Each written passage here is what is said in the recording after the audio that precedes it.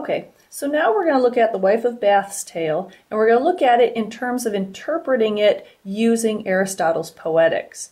Okay, as always, the first thing we want to look at is reversal of the situation. Aristotle says reversal is a change by which conditions in the play are transformed into their opposite, keeping always to the rule of probability or necessity. So when we look at the standard plot line, we have to figure out what are the conditions here at the beginning of the story, what are the conditions at the end of the story. Okay, well, we know our protagonist is the knight. So at the beginning of the story, we find a knight raping a young girl. So here he is raping, essentially he's taking something from a woman by force. At the end of the story, we find him submitting to an old woman. And if I could spell submitting correctly, so here we find him taking, here we find him submitting. So we find a very different psychology on both ends. We do indeed have reversal. The complication of the story is what we look at next. What gets this story started? What sets our hero on his journey? What sets him to seek something out? Well, we find essentially what sets him on his journey, the complication, is that for raping the young girl, the knight, which we will call our hero at this point, the knight is actually sent on a quest. In order to save his life, he has to figure out what it is that women want, what it is that women desire. This is in about line 39 and 40 of the Wife of Bath's tale. So because he has to figure it out, this is what propels him upwards. We know that the climactic moment is going to be when he actually does discover that thing which he's seeking. So what are the complications? The complications along the way, the smaller complications, are that he's seeking the answer and he's not finding it. Some say that women want wealth, others jollity, and he becomes very depressed at one point. It says this about line 108-ish.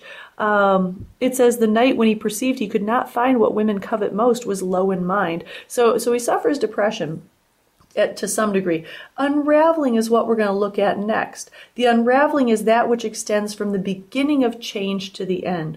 When does the knight begin to change? The knight actually begins to change very close to the climactic moment of the story.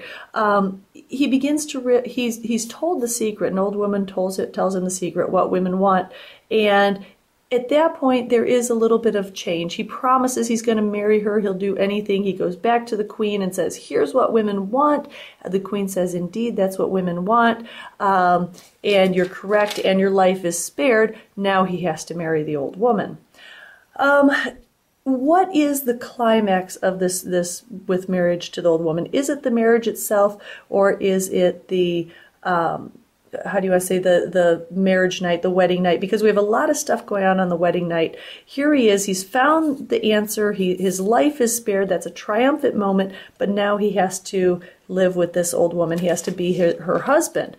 So that's part of the denouement, essentially, is he ends up marrying her. His life is spared, but now he has to live with her. This is the falling action. But to some degree, though, there is a little bit of rising action in that, too. So maybe we could say that actually finding the answer and reporting the answer and having his life spared is not indeed the true triumph. How can we say that? We can say that because we're looking at a changed psychology here. When he reported to the queen that he knows what women wants and he's found the answer, had his psychology changed at that point? No, it had not. So really, we're still on an upward trajectory at that point because we have to see the change in his psychology. So where do we find that change in his psychology? We actually find that when he does submit to the wife, and we actually have a very short denouement. So you have to be very careful on what we're looking at. We're looking at the beginning conditions. We're looking at the ending conditions. So what we do have in this, we do have recognition. The knight does come to learn something. There is a change from ignorance to knowledge. Ignorance, he didn't know what women wanted. Knowledge, he does know what women want. Then we look at catharsis. Catharsis is that purification. When we read this story, is there a sense of catharsis?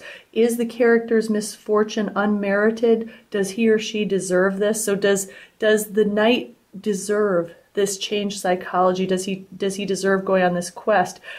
Fear. Could this happen to me? Could you be in a position where you have to find an answer to something that you don't know. And once you determine that, you'll determine whether or not there's catharsis in this. Plot type, is this a simple or complex plot? That's the easiest thing to determine.